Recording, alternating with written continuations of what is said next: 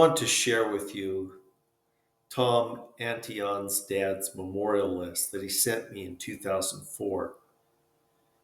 Our parents have a lasting influence, and Tom had some good ones. I was impressed with Tom's dad, and I wanted to share this with you. These are 10 things Tom's dad taught him. What follows is what Tom sent me.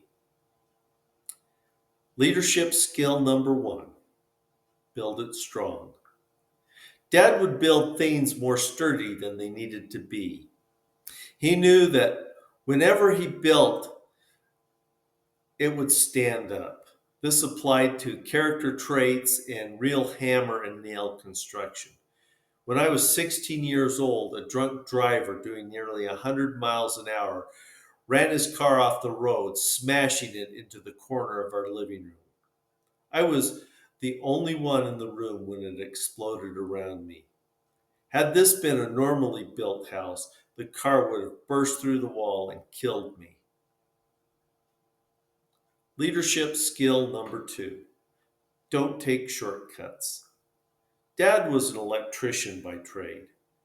When doing his wiring, he would always route the flat wires he worked with a nice symmetrical and evenly spaced pattern. I remember as a child watching him and asking him why he did this, when it would be a lot shorter just to run the wires directly between 2 points. He said, when someone looks at this job years from now, they will know that a professional did it.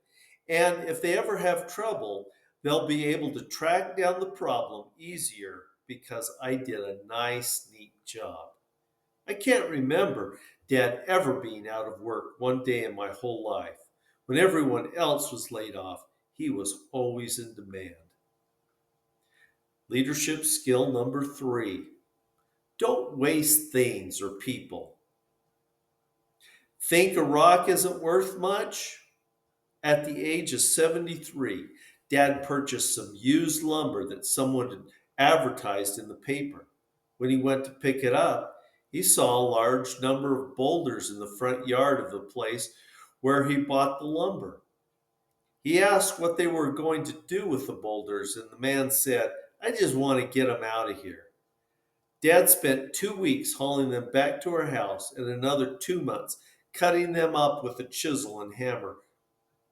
He then built a beautiful stone fireplace and chimney for one of our rental properties. Leadership skill number four: be self-reliant. Working as a team is great, but when the team isn't there, you just don't sit down and wait for help. Dad built every building and rental property we owned. One day, while he was working on remodeling one of the buildings, he asked me to go to the automotive parts store and get him about 20 feet of clear glass gasoline tubing and several bottles of Coca-Cola. I wondered if what he was up to because he never drank Coke and our car was working just fine. I came back with the tubing and Coke and stood back and watched. He plugged one end of the tubing and started pouring Coke in the other end. He said, when you boys aren't around, it's hard for me to make things level because I can't be at both ends of these long 2x4s. So I'm going to nail one end of the tubing and take the other end of the tubing with me. He knew that liquids seek their own level. He could see through the clear tubing to the Coca-Cola inside. The level of the Coke on one end of the tube would be exactly the same as the other end of the tubing. And that's where he would nail the board in a perfectly level. Leadership skill number five: study. Dad only went to fifth grade. At 10 years old, he was head of the household, shining shoes to support the family. He saved part of his tips and ordered an electrical engineering course from American School. At 13, he had his own electrical contracting company and installed the first light in Carnegie, Pennsylvania. He would read some more. He would read every time he wanted to learn something. When he retired around the age of 73, he sat down and read the entire World Book Encyclopedia. Still at 94, being legally blind, he listened to hours and hours of biographies and books on tape and newspapers on tape provided by the Library of Congress for blind people. If you wanted to learn how to do something, study and try it out until you get it right. Leadership skill number 6. You can have whatever you want if you're willing to work for it. This was the year 1910's version of just do it.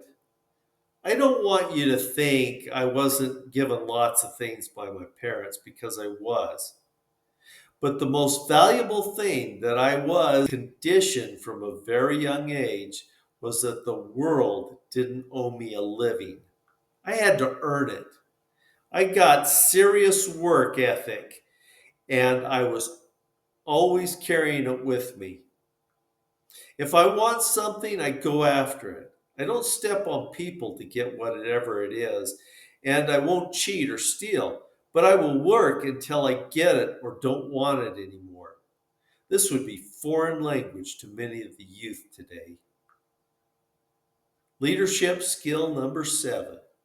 Give before you get. During the Depression, work was scarce. Dad told me that he said to himself, I'm a really valuable worker, and I'm not going to sit around here and do nothing when there's work out there to be done. He knew there was a fruit shipping warehouse not too far from where we lived. As he went down to the loading docks, dressed for work, and just started helping men loading apples. Eventually, the foreman noticed him and asked the other guys who he was. They said they didn't know, but he just started loading apples. The foreman was so impressed, he hired him on the spot. I used to do the same thing when my landlord in college would work at our house. I would go out and help him just to learn how to fix things. That same landlord sold and financed his largest rental property to me when he retired.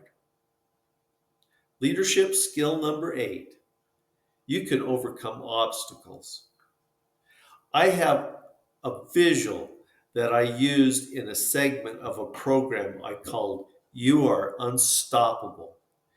Dad told me that he would put toys on one side of the room and pillows in front of me to teach me to overcome obstacles.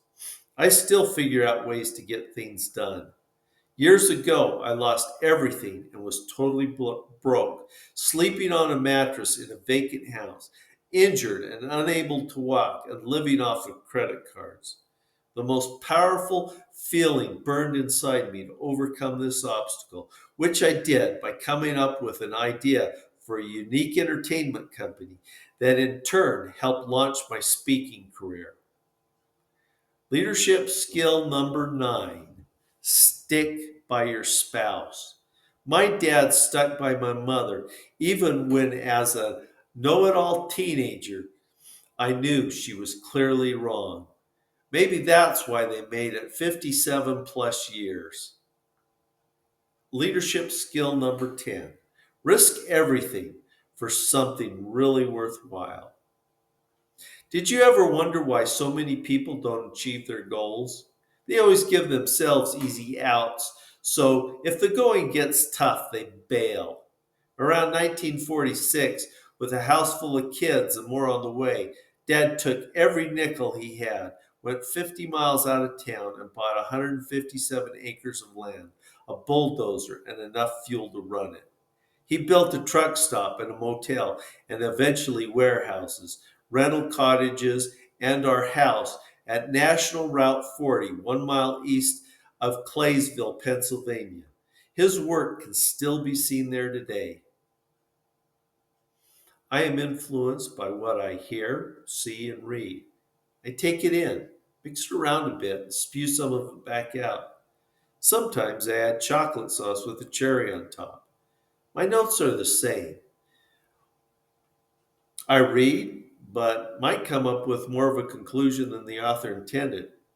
It's my suggestion that if you find this material interesting, you look up Tom on his website and Antion, that is ANTION.com. Thank you for joining me. Until next time, goodbye.